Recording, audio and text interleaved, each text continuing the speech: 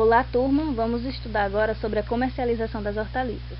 Vamos conhecer como funciona o sistema de comercialização, as funções e os agentes de comercialização, a formação do preço e também a questão da flutuação dos preços e padronização, embalagem e classificação. Sabe-se que para se ter uma produção adequada, os fatores naturais devem ser favoráveis e o olericultor deve aplicar agrotecnologias. Tendo esses dois fatores, o olericultor depende de si mesmo para ter sucesso na sua atividade. E isso não ocorre no momento da comercialização dos produtos, mesmo que essa seja a etapa final da atividade e determine o sucesso ou o fracasso econômico dessa exploração. E o olericultor brasileiro, dá para observar que é bem mais competente como produtor do que como negociante dos seus produtos, ou seja, é mais eficiente na atuação no campo do que no momento da venda do produto de sua atividade. Após todo o processo da produção e as dificuldades enfrentadas pelo olericultor para produzir, ele está lá com seus produtos escolhidos, prontos para comercializar. E a comercialização é um momento crucial, pois o preço que ele vai obter afeta o lucro líquido da sua exploração, mais do que os outros fatores. O objetivo do olericultor é justamente a obtenção do maior lucro líquido possível, que o remunere adequadamente como empresário rural, possibilitando ele a desfrutar um bom padrão de vida juntamente com sua família e também permitir que ele consiga prosseguir na sua atividade. O sistema de comercialização de hortaliças funciona da seguinte maneira. Primeiro, os olericultores entregam sua produção aos atacadistas, que são comerciantes que compram em larga escala. O atacadista pode encaminhar a mercadoria a intermediários de outras cidades ou então distribuí-la aos varejistas. E esses são os negociantes que se localizam em supermercados, sacolões, feiras livres, mercearias e etc. Enquanto o atacadista adquire grandes quantidades dos produtos, o varejista se abastece comprando algumas embalagens.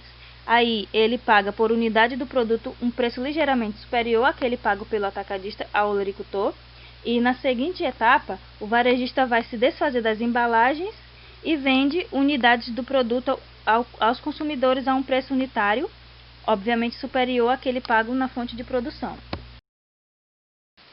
O pequeno olericultor tem a opção de comercializar diretamente com o varejista. Isso elimina um ou mais intermediários, com evidentes vantagens em relação aos preços obtidos ou os preços pagos para si e para o consumidor. E o pequeno olericultor diversificado, quando ele dispõe de um estabelecimento de comercialização próprio, um sacolão, por exemplo, ele pode inclusive eliminar os intermediários e atingir o consumidor diretamente. E somente nessa situação é que o preço pago pelo consumidor é o mesmo recebido pelo produtor, favorecendo então ambas as partes, tanto o produtor quanto o consumidor.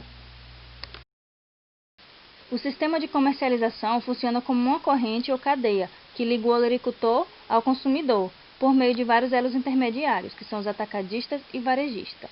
E sempre há choque de interesses entre quem vende e quem compra, mas também ocorrem ineficiências e fraudes da parte dos personagens envolvidos, inclusive até do produtor, que deveriam ser abolidas. O sistema de comercialização compreende diversas etapas, e cada etapa exige uma atuação de agentes executando determinadas funções ou serviços, e tais funções adicionam utilidade e, consequentemente, valor ao produto. E conforme a sua natureza, essas utilidades elas podem ser de lugar, de tempo e de forma. Por exemplo, uma dona de casa vai ao sacolão, que é o lugar, aos sábados pela manhã, que é o tempo, para adquirir pequenas quantidades de hortaliças que são escolhidas e acondicionadas em sacos plásticos, a forma. E essas diversas funções ou serviços de comercialização são necessários para que as hortaliças componham a refeição diária do consumidor a partir da fonte de produção. As principais funções de comercialização são a compra, venda, a coleta, a reunião, a estocagem, o transporte, o beneficiamento, a padronização, a classificação, a embalagem, o financiamento, a assunção de riscos a informação de mercado e também a assunção de perdas. Tais funções são executadas pelos diversos agentes de comercialização, ressaltando-se que algumas delas podem ser assumidas pelo próprio olericultor, evidentemente em seu benefício. E dessa maneira, quanto maior o número de agentes individualizados envolvidos entre os dois extremos da cadeia de comercialização, menor será a parcela de participação do olericultor no preço final do produto, que é o preço pago pelo consumidor. E não poderia ser de outro modo, a menos que o próprio produtor assumisse algumas das funções ou serviços mencionados. Diante do que foi mencionado no slide anterior, a eliminação do intermediário, ou seja, a venda direta ao consumidor, é uma possibilidade que somente é viável em situações especiais, como, por exemplo, em caso de olericultura localizada na periferia urbana, pois nesse caso o olericultor ele tem que dividir sua atenção nos trabalhos agrícolas e as tarefas da comercialização. E isso geralmente provoca perda de eficiência em ambos os campos de atuação. Também, obrigatoriamente, a exploração das culturas nesse caso, deve ser diversificada para atender às exigências do consumidor, causando assim a redução da área dedicada a cada uma. Isso vai inviabilizar a adoção de certas técnicas que exigem áreas maiores, como, por exemplo, a irrigação por pivô central, uso de sementeiras adubadeira, aplicação de defensivos e etc. E, em consequência dessa diversificação, os custos de produção de cada cultura vai se elevar, e isso afeta a rentabilidade econômica para o olericultor e torna o seu produto menos competitivo. Diante disso, podemos concluir que a maioria dos olericultores eles devem se concentrar melhor na sua atividade agrícola, que é absolutamente insubstituível, e a comercialização não é uma atividade propícia para sua atuação direta, então deve ser deixada para outros profissionais bem mais preparados e com disponibilidade de tempo para uma atuação mais eficiente nessa área. Isso não significa que o produtor ele deva se tornar alienado com relação à comercialização. Não, ele deve estar bem informado com relação a isso, porque disso depende o sucesso da sua produção. Mas essa tarefa da comercialização deve se deixar para outros representantes, por exemplo, gerentes comerciais ou também organizações associativas. Com relação à formação do preço de comercialização, o preço ele é um fator preponderante na determinação da rentabilidade econômica de uma exploração olerácea, ou seja, ele é de extrema importância. E o que ocorre com relação a isso? Geralmente o produtor ele se queixa que recebe preços muito baixos pela sua mercadoria e que a sua participação no preço pago pelo consumidor é muito pequena. E o consumidor, por sua vez, reclama que as hortaliças são comercializadas a preços artificialmente elevados. Para os economistas rurais, não há nada de estranho nessa diferença do preço recebido pelo olericultor e o preço pago pelo consumidor. Para eles é normal e para eles é viável reduzir o custo de comercialização porque melhora a eficiência do sistema, com benefícios tanto para os olericultores quanto para os consumidores.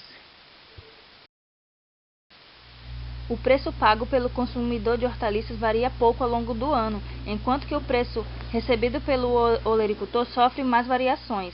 E isso ocorre porque os intermediários eles não costumam transferir aos consumidores os benefícios obtidos por pagamento de preços mais baixos em épocas de oferta excessiva.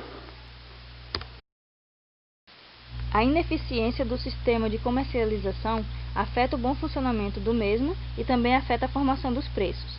E outra coisa que onera o custo global de comercialização é a ação de especuladores e atravessadores oportunistas que não contribuem para o funcionamento do sistema. Embora devemos lembrar que os intermediários exercem um papel produtivo, um papel essencial no processo de comercialização, pois eles cumprem as funções e os serviços de comercialização. E os agentes de comercialização, eles prestam serviços úteis e por isso eles merecem, logicamente, a sua remuneração.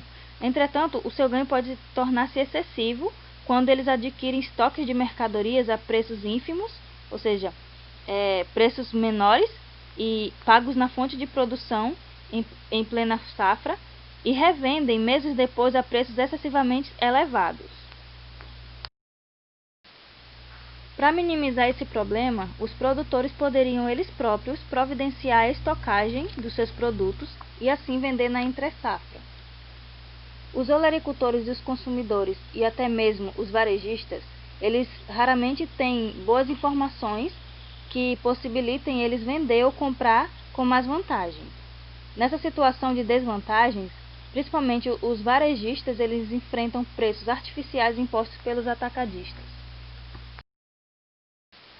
O modelo econômico ideal do mercado de competição perfeita é onde todos os envolvidos dispõem de boas informações, e como já vimos, isso não funciona no mercado de hortaliças.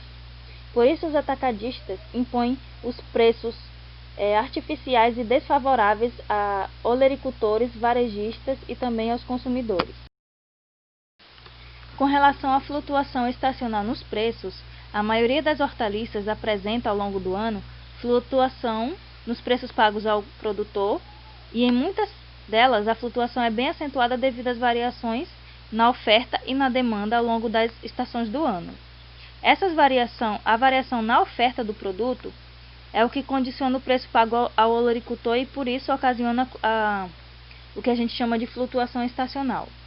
A variação na oferta costuma ser mais relevante na determinação dos preços pagos ao produtor no decorrer do ano em relação à demanda. Isso dá para ser compreendido porque a oferta de hortaliça são dependentes das condições agroecológicas durante as estações do ano.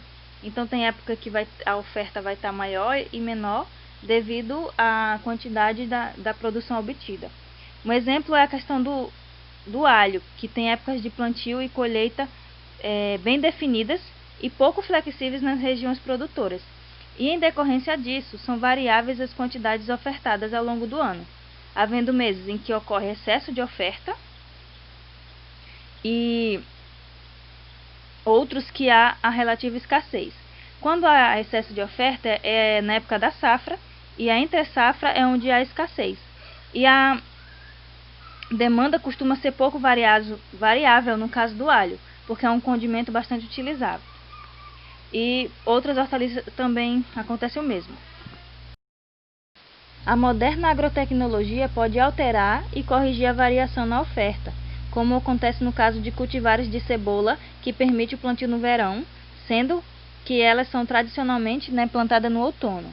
Outros exemplos são as cultivares de alface, cenoura, couve-flor, repolho, que são também tradicionalmente cultivados na época de outono e inverno. E essas cultivares melhoradas contribuem para a estabilização da oferta desse produto ao longo do ano, com benefícios para os olericultores e também consumidores.